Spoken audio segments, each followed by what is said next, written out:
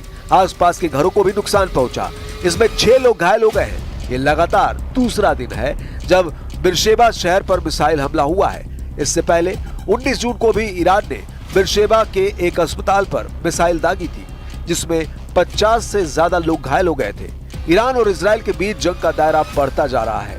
Israel के हमलों के बाद ईरान ने भी पलटवार किया है, जिसके बाद अमेरिका ने उस पर दबाव बनाना शुरू कर दिया है। हालांकि ईरान ने जंग में पीछे हटने से इनकार करते हुए इजराइल पर बैलिस्टिक मिसाइलों से कई हमले किए हैं, जिससे तेल अवीव और हाइफा जैसे शहरों को बड़ा नुकसान पहुंचा है।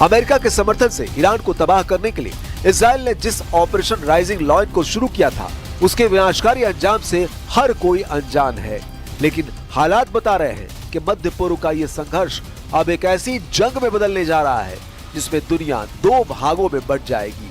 दरअसल अब तक ईरान पर इजराइल ने हमले किए, लेकिन इन हमलों में ईरान की जवाबी कार्रवाई से इजराइल दहल जाएगा। ये शायद ट्रंप ने भी नहीं सोचा होगा। इसलिए ईरान को रोकने और उसके परमाणु ठिकाने ध्वस्त करने के लिए अमेरिका ने एंट्री के संकेत दे दिए हैं। अमेरिकी सेना की एंट्री से पहले ही राष्ट्रपति डोनाल्ड ट्रंप की मुश्किल बढ़ गई है, क्योंकि रूस और चीन ने ईरान की खुलकर मदद करने का ऐलान कर दिया है। रूस ने 2 टूक कह दिया है कि अगर ईरान के सुप्रीम लीडर खामेनेई को मारा गया या जबरन ईरान में सत्ता परिवर्तन करने की कोशिश भी की गई तो दुनिया बेहद विनाशक युद्ध देखेगी।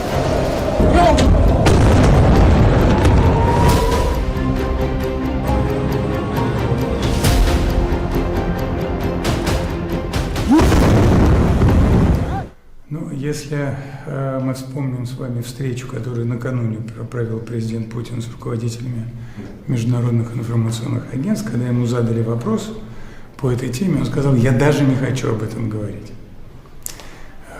И это говорит о том, что, конечно, это является совершенно неприемлемым. Сама постановка такого вопроса является для нас неприемлемым.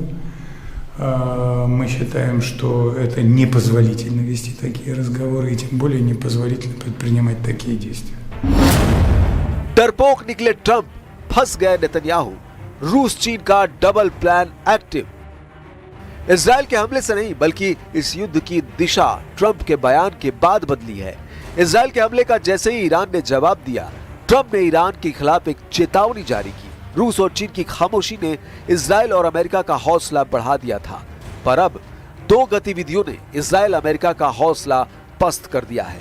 इनमें पहली गतिविधि है युद्ध के बीच चीन के कार्गो प्लेन का ईरान पहुंचना और दूसरी गतिविधि है ईरान के सहयोगी के रूप में रूस की हलचल। चीन के मालवाहक विमान तेहरान में उतरे हैं। इन विमानों ने ट्रांसपोर्टर बंद करके लैंडिंग की है, जिससे पता चलता है कि चीन ने कार्गो प्लेन में जंग के लिए हथियार भेजे हैं और इन हथियारों में एयर डिफेंस सिस्टम भी शामिल है। चीन खुलकर इजराइल यूएस के विरोध में उतर चुका है। इसका सीधा मतलब है कि ईरान और चीन के बीच गुप्त रूप से हथियारों का सौदा हुआ है और इस डील को इजराइल के हमलों को अवैध बताकर पूरा किया जा रहा है। चीन के विदेश मंत्री वांग यी के अनुसार ईरान पर इजराइल के हमले अंतर्राष्ट्रीय कानून और अंतर्राष्ट्रीय संबंधों को नियंत्रित करने वाले नियमों का उल्लंघन करते हैं। शांति स्थापित करने के लिए ओमान और अन्य देशों के साथ चीन संचार स्थापित करेगा। इसका मतलब है कि चीन खुलकर इजराइल और अमेरिका के विरोध में आ गया है और दूसरी तरफ रूस ने भी ईरान का साथ देने का संकेत दे दिया है। रूस ने अमेरिका के लिए चेतावनी भी जारी कर दी है, जिसमें कहा गया है कि ईरान पर अमेरिका हमला न करे। अगर यूएस ने हमला किया तो मध्य पूर्व अस्थिर हो जाएगा, जबकि इजराइल के हमले परमाणु विनाश का खतरा खड़ा कर रहे हैं। यानी स्थिति दिन ब दिन बिगड़ती जा रही है, जिसका प्रमाण अमेरिका की एक गतिविधि से भी मिलता है। अमेरिका के राष्ट्रपति का डूम्सडे प्लेन E-4B वॉशिंगटन के पास उतरा है, जिसका मतलब है कि अमेरिका इस युद्ध को बड़ा संकट मान रहा है, क्योंकि ये प्लेन राष्ट्रपति की सिर्फ सुरक्षा ही नहीं करता बल्कि परमाणु विस्फोट का सामना भी कर सकता है। तो क्या युद्ध में न्यूक्लियर तबाही की आशंका बढ़ गई है? जवाब ट्रंप के बयान से मिलता है। I have a meeting in the war room in a little while, situation room as some people call it. So we're going to meet, we're going to see. We're in the midst of it's a terrible thing. I hate to see it. I hate to see all that death, so much death and destruction. But death primarily is what I hate to see. अब ऐसे हालात में Israel Iran को कैसे हरा पाएगा, ये बहुत बड़ा सवाल है।